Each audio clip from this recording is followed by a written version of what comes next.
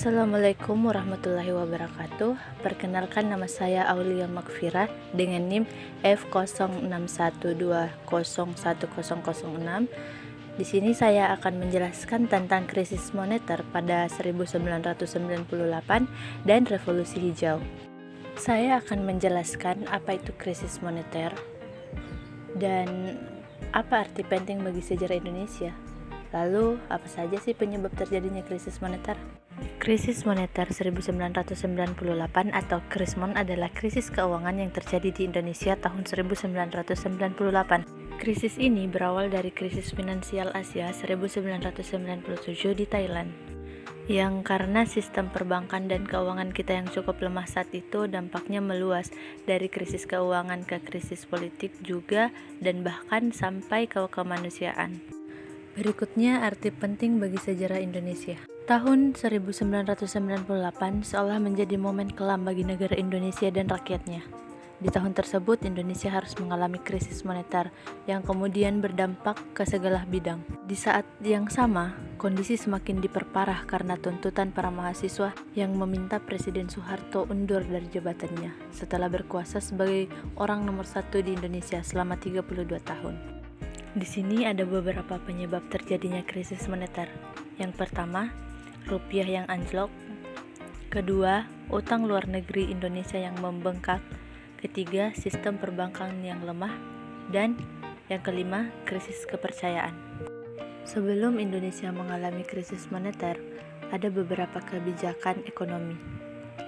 Yang pertama, menerapkan kebijakan anggaran berimbang untuk menghindari penggunaan hutang dalam negeri dalam pembiayaan pengeluaran pemerintah.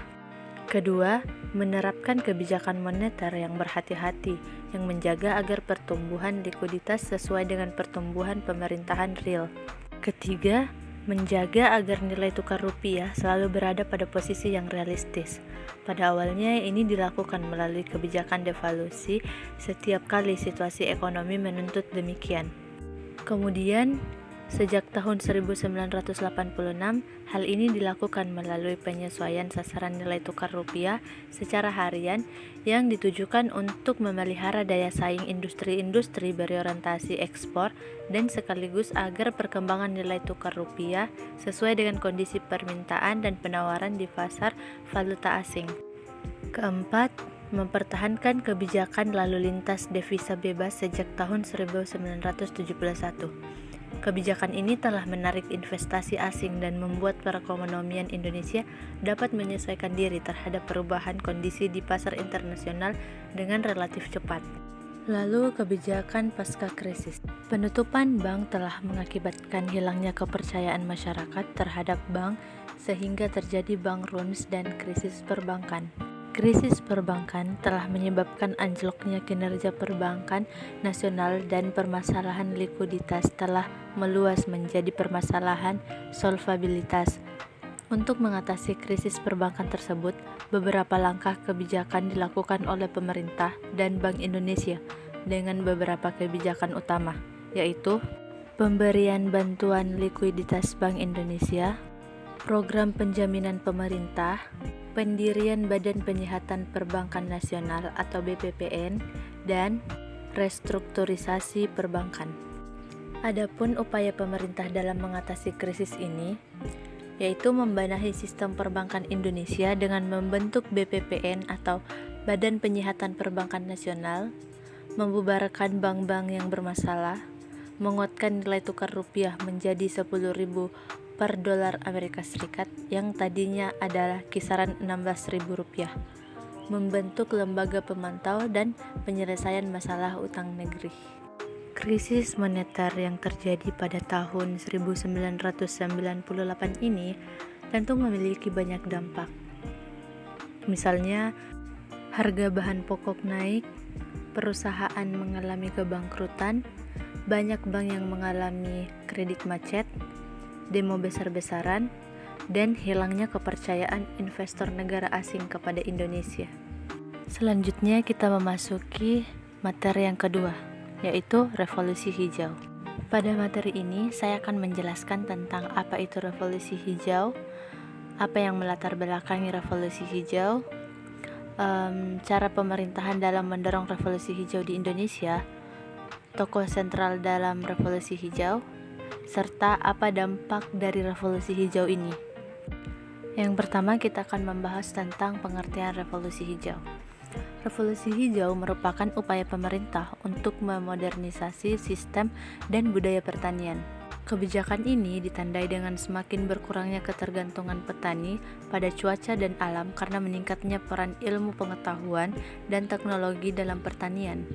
Tujuan revolusi hijau ini adalah meningkatkan produktivitas pertanian dengan cara penelitian dan eksperimen bibit unggul. Gerakan usaha pencarian bibit unggul dalam bidang pertanian terus dilakukan untuk meningkatkan produksi pangan. Yang kedua, latar belakang revolusi hijau. Latar belakang dilaksanakannya revolusi hijau sebagai cara untuk meningkatkan produktivitas pertanian karena adanya kekhawatiran terjadinya kelaparan dan kemiskinan yang disebabkan tidak seimbangnya tingkat pertumbuhan, pendudukan yang cepat, dan pertumbuhan pertanian yang lambat. Ketiga, cara pemerintah dalam mendorong revolusi hijau di Indonesia, yaitu intensifikasi pertanian, ekstensifikasi pertanian, diversifikasi pertanian, dan rehabilitasi pertanian. Adapun tokoh sentral dalam revolusi hijau yaitu Henry Ford, Robert Hope, Norman Borlaug, Watson Crick, Thomas Robert Malthus. Revolusi ini tentu saja memiliki dampak, yaitu dampak positif dan dampak negatif. Dampak positifnya adalah meningkatnya kesejahteraan petani, menguatnya perekonomian pedesaan, meningkatkan ketahanan pangan nasional, dan membuka kesadaran masyarakat pedesaan akan pentingnya adaptasi teknologi. Lalu dampak negatif dari revolusi ini adalah ketergantungan petani terhadap pupuk kimia dan pestisida yang tidak ramah lingkungan, penggunaan teknologi modern dalam usaha tani yang belum merata menimbulkan kesenjangan, dan munculnya kapitalisasi dalam sektor pertanian. Mungkin ini saja dari saya. Semoga materi ini bermanfaat bagi semuanya. Wabillahi taufiq wal hidayah. Wassalamualaikum warahmatullahi wabarakatuh.